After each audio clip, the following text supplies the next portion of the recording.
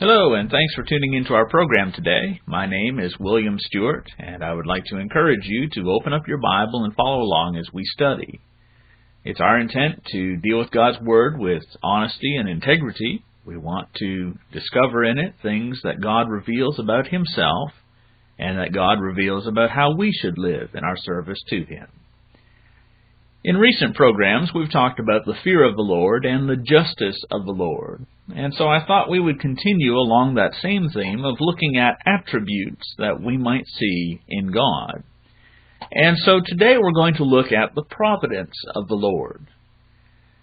Providence is defined by Merriam-Webster as divine guidance or care. God conceived as the power sustaining and guiding human destiny. Understand that the word providence doesn't appear even once in the Bible, but the concept is certainly there throughout. God has not made the world and man and just left it to be subject to chance alone. But we can see that the Lord is involved in His creation, and especially with regard to His people. In Psalm 121, the psalmist gives us a taste or an understanding of divine providence. He says, I will lift up my eyes to the hills, from whence comes my help. My help comes from the Lord, who made heaven and earth. He will not allow your foot to be moved. He who keeps you will not slumber. Behold, He who keeps Israel shall never slumber nor sleep. The Lord is your keeper. The Lord is your shade at your right hand. The sun shall not strike you by day, nor the moon by night. The Lord shall preserve you from all evil. He shall preserve your soul. The Lord shall preserve your going out and your coming in from this time forth and even forevermore. Friend, we need to understand that God may providentially work through a miracle, as He did at times. You'll recall when Israel was wandering in the wilderness, that God sustained them by providing manna day by day, and that their footwear and their clothing did not wear, even though they wandered for 40 years. But providence is not necessarily something that is miraculous. God may also use natural law to accomplish His will. The key is that we understand it is about God's care and the accomplishment of His will for His people. Oftentimes, when folks speak about things happening accidentally or by coincidence, we should keep our hearts open to understand that it may be God's providence. It may be God's care for His people. Let's take a look at Psalm 121 and just consider what the writer says about the providence of God. At verse 2, he says, My help comes from the Lord who made heaven and earth. He acknowledges the source of His help. He began by saying, I will lift up my eyes to the hills. From whence comes my help? The question. And the answer is, it comes from the Lord, who is the Creator of all things. In verse 3, he tells us that God is going to provide strength. We can experience strength when we trust in the Lord. When we look at verse 3, we find the writer saying that we can experience the strength of God. He will not allow your foot to be moved. God is going to make us sure and secure, steadfast. And still in verse 3 and on into verse 4, he says, He who keeps you will not slumber. Behold, He who keeps Israel shall neither slumber nor sleep. We know of God's vigilance, that God is always watchful for us, that there is not a time when God is not aware of what we are going through. There is not a time when God has turned His back away and is not looking or is not understanding of the things that we endure. And so we can trust that the Lord is watchful. He is vigilant. In verse 5 and verse 6, we can be aware of the protection of God. The Lord is your keeper. The Lord is your shade at your right hand. The sun shall not strike you by day, nor the moon by night. God is going to watch over us and provide for us and protect us from those things that might cause harm. In verse 7 and verse 8, we see His eternal purpose. We're told the Lord shall preserve you from all evil. He shall preserve your soul. The Lord shall preserve your going out and your coming forth from this time forth and even forevermore. We experience God's providence here in this life, but it's in preparation for life eternal. God is going to preserve us from evil. He's going to be a provider and a protector. But the intent is that our soul may be preserved. The intent is not just that God will watch our going out and coming in here in this world, but that He will preserve us forevermore. Friend, there are a number of Bible examples of providence. Perhaps the best known is the story of Esther. You see, Esther was a Hebrew maiden who was made queen of Persia. Her uncle, Mordecai, learned of a plot to kill the king, and he reported it through Esther to the king. The would-be assassins were put to death. However, there was another man among the king's men, Haman by name, who was enraged with Mordecai and the entire Jewish population, for they would not bow down to him nor pay homage to him. And so Haman persuaded the king to make a decree that all the Jews would be slaughtered on a given day. Mordecai called upon Esther to take courage, to enter the king's court, which was contrary to the law, so that she might stand for her people and save them. Of course, those who would walk into the king's presence, unannounced, uncalled for, stood the penalty of death. But he states to his niece, "Do not think in your heart that you will escape in the king's palace any more than all the other Jews.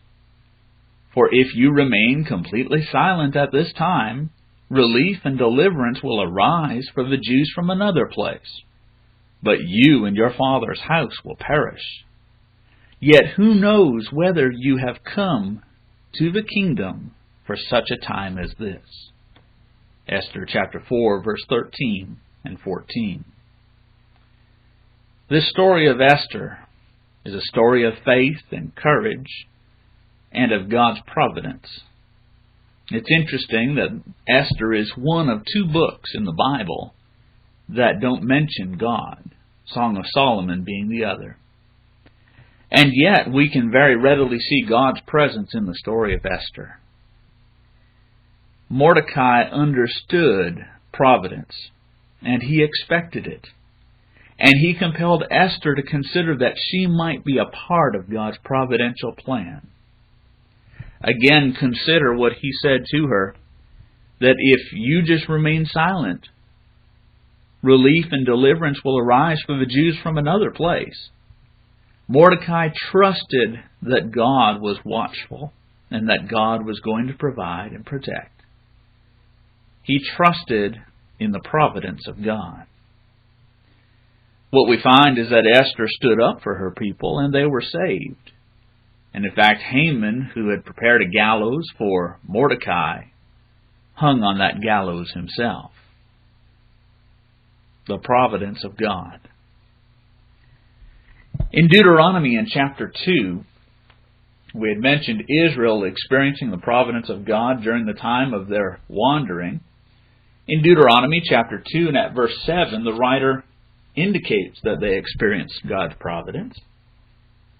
It says, "For the Lord your God has blessed you in all the work of your hand. He knows you're trudging through this great wilderness. These 40 years the Lord your God has been with you, and you lacked nothing." God provided. God cared for them. God sustained them and guided them.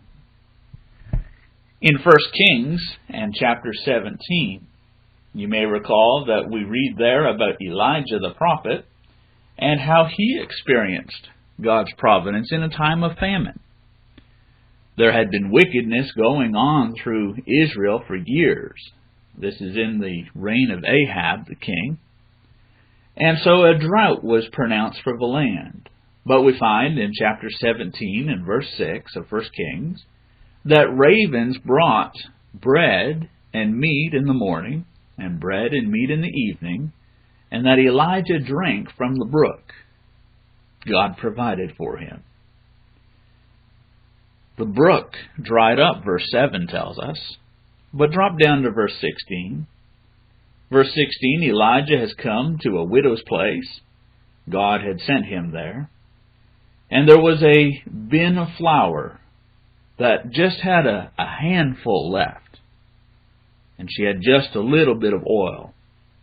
And in fact, she said that she was ready to go and make these things and eat with her son and then die. But at verse 16, it says, the bin of flour was not used up, nor did the jar of oil run dry, according to the word of the Lord which he spoke by Elijah. And so the prophet was sustained in this widow's household for a time. In the New Testament, we see God providing. You recall that Jesus in Matthew chapter 14 fed 5,000 people from 5 loaves and 2 fishes. And in fact, at the end of the meal, they had enough left over that they took up 12 baskets of fragments of food. God provided. Friend, we need to trust in the providence of God.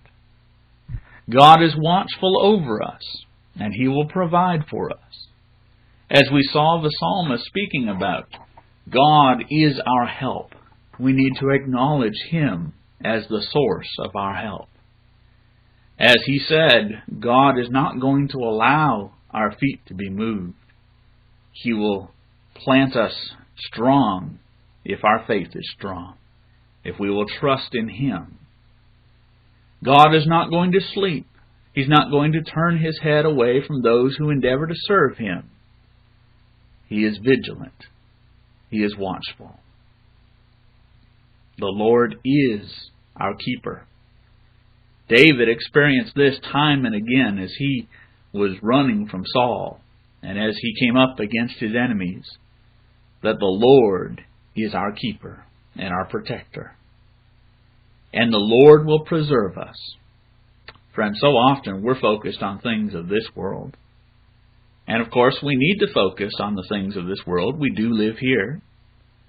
But understand that we're only sojourners here. Here we are but straying pilgrims. This is not our final home. And that being the case, understand that the Lord in His preservation of us is first and foremost concerned with the preservation of our souls. In Romans, in chapter 8, the Apostle Paul dealt with this very thing in saying that we know that all things work together for good to those who love God, to those who are called according to His purpose. God is concerned with our eternal state. When He says that we know that all things work together for good to those who love God, to those who are called according to His purpose, that doesn't mean that God is going to necessarily work things to our physical good in all circumstances. Sometimes what might be physically good for us and what we might enjoy is not what is eternally good for us. God is going to work things such that they meet our eternal needs. God is focused on the eternal purpose. He will preserve you, as the psalmist said, and He will preserve your soul. Friend, as we draw near to the end of our program today, I want to share with you a personal experience about God's providence. There are many that my wife and I can look back upon and see how God cared for us in this instance or that instance. But one stands out in my mind above all others. Back in 1996, my wife's youngest sister passed away. She was 20 years old at the time. She died of complications in surgery. She had a disease that attacked the myelin sheath around her brain cells, which put her in a coma. Doctors needed to do a tracheotomy, and it appears that in the midst of the tracheotomy she may have experienced an asthma attack. Her throat closed up and they could not open it. The funeral was scheduled to be in Timmins, Ontario. At the time, my wife and I were living in Bancroft, and so we had a rather long drive in front of us. The problem was that we didn't have a whole lot of money at the time, and we didn't have a car that could make the trip. We had an old 1987 Hyundai Excel. It wasn't going to make the trip. I knew that it wasn't. But we had to go. Before it was time for us to leave, a friend who knew that we were making this trip stopped by, and he handed me the keys to his car. It was an older car than mine, but it was a more reliable car than mine. And so we had a reliable car to make the trip with. We had to drive down to Toronto, first of all, to pick up Shelley's parents. They had been there with her sister at the hospital, and so we needed to go that way and pick them up first. My sister happened to live in Toronto at the time, and so we stopped by for a brief visit with my sister and her husband. We hadn't indicated that we were in financial difficulty, but as we were leaving their apartment, my sister handed me an envelope. It had $300 in it. We had enough money now to get to Timmins in order to be there for the funeral. We drove to Timmins and spent about a week's time there. Of course, the money which we had dwindled away through travel expense and other expenses. We had a little left, but not enough to get back home. Just as we were preparing to leave, Shelley's father handed us an envelope.